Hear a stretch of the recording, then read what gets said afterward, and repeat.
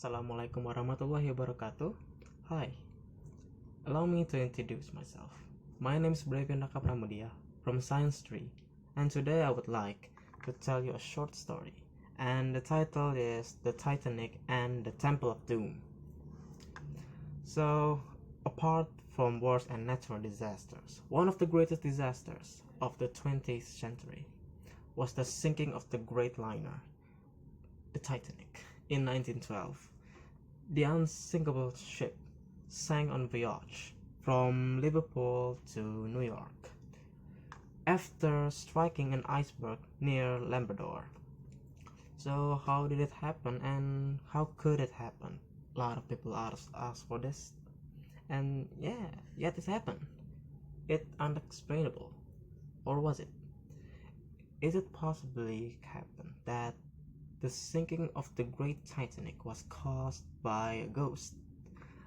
A lot of the story was true, but did it really happen this way?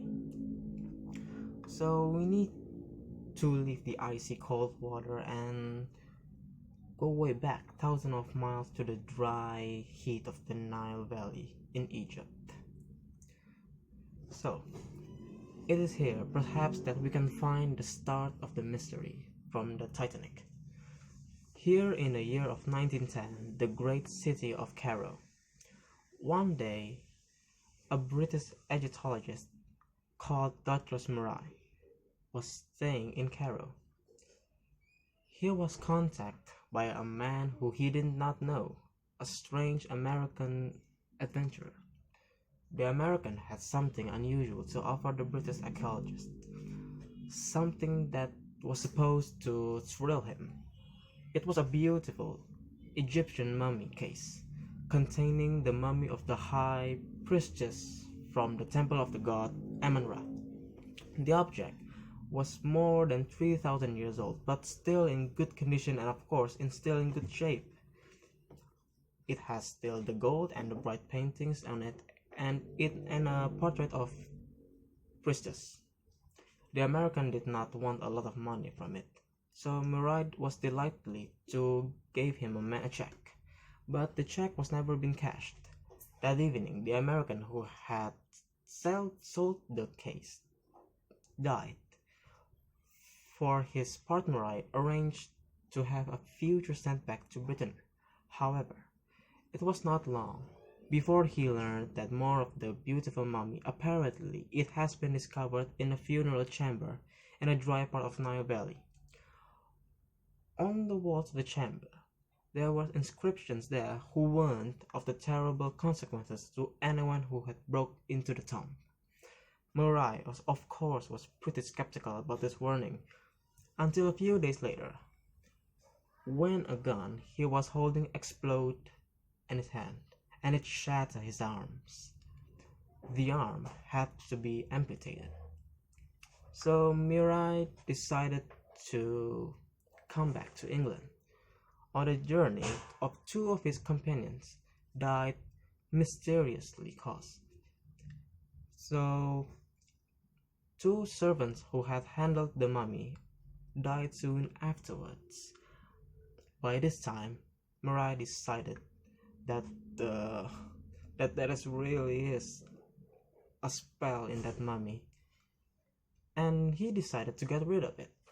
A lady he knew said he would like it, so Murray gave it to her.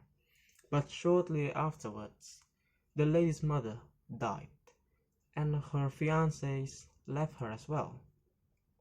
She herself caught in a strange disease.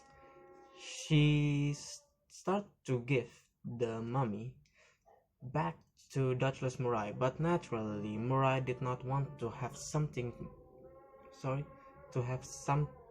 anything more to do with the cursed object.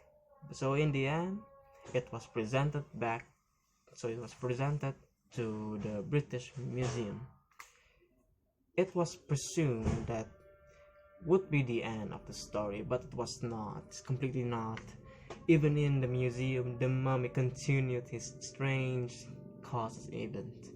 A museum photographer died shortly after taking pictures of the new exhibit, and a curator also died for no apparent reasons. So, in the end, governors of the British Museum was not usually considered as a frivolous person or silly person. So they decided to get rid of the mummy. They decided to give it to a museum in New York. So, at the start of April 1912, arrangement of the transfer were complete, but the mummy began its journey to its new home. Or was it, unfortunately? The New York Museum never received its new exhibit, for when it sank, one of the objects in the strong room of the Titanic was the mummy of the priestess of the temple Amun-Ra, or so they say. I think that's it for today. That's the story. I hope you all enjoyed as much as I do. Have a great day and see you all later. Goodbye. Assalamualaikum warahmatullahi wabarakatuh.